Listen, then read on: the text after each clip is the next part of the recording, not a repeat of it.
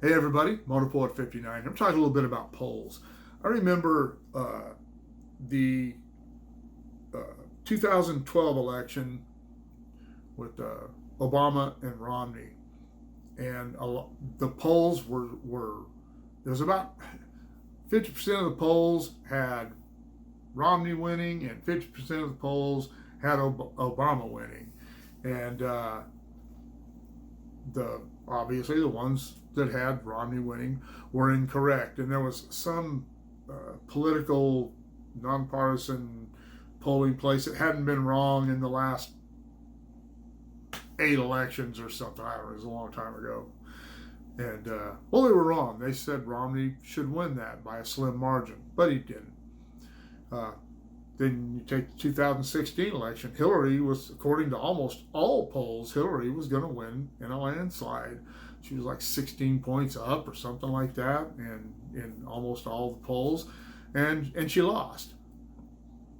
Right now, in early voting, the polls are being proven wrong again, because the polls all had Biden up between, I get the numbers here somewhere, between 8 and 14% as late as 2 weeks ago.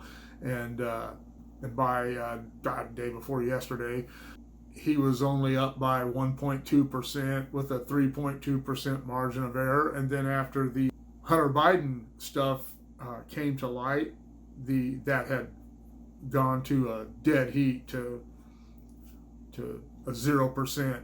So I don't know. I don't think Joe Biden's going to win. I think he has too much baggage.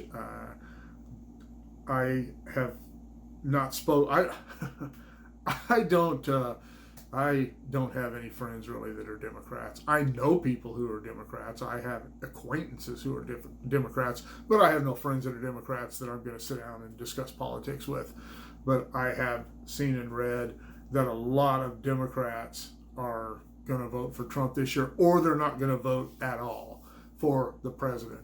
That doesn't bode well for Joe Biden. But you never know, you know. Rasmussen, who's probably one of the better known polling companies, places, whatever you want to call them, in America over the last 3 elections, for some reason has been very liberally biased.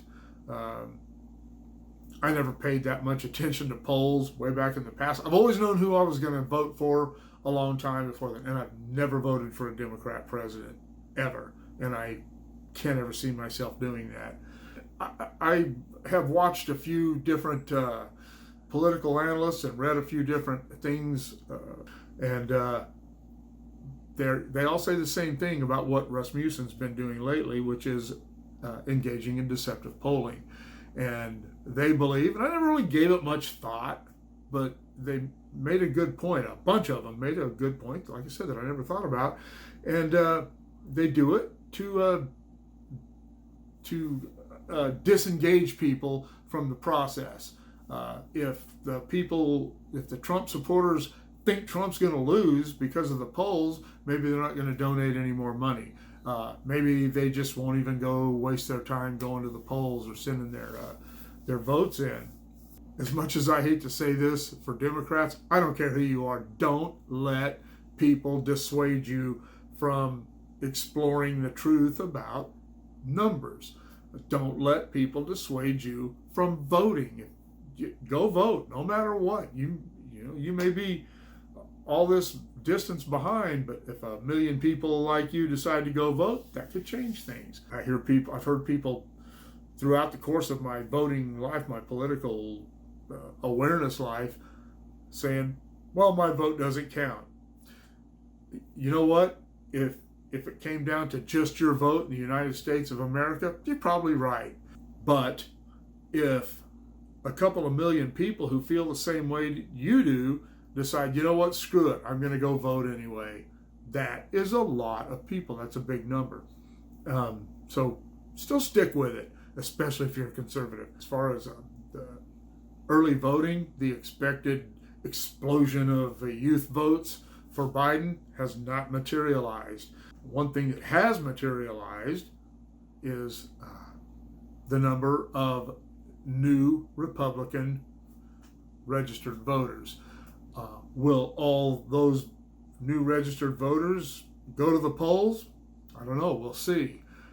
Historically, that really hasn't happened, but there has never been this many Republican new registered voters during the run-up to an election, during a campaign in history, or at least since they've been keeping track of such records, which I don't know when that started. And I talked about the black vote not turning out the way the Biden campaign predicted it would, or the way the mainstream media predicted it would. He has drawn a smaller number of the black vote than Hillary Clinton did. Hillary Clinton didn't draw a lot of it last time.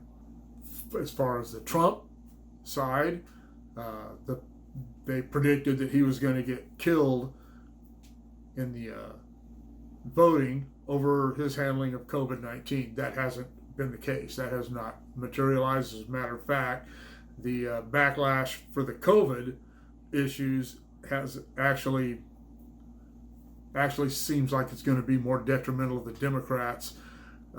They tried to push off on the public that this was somehow the economy and all the issues connected with COVID were somehow President Trump's fault. But people aren't stupid. They're easily manipulated.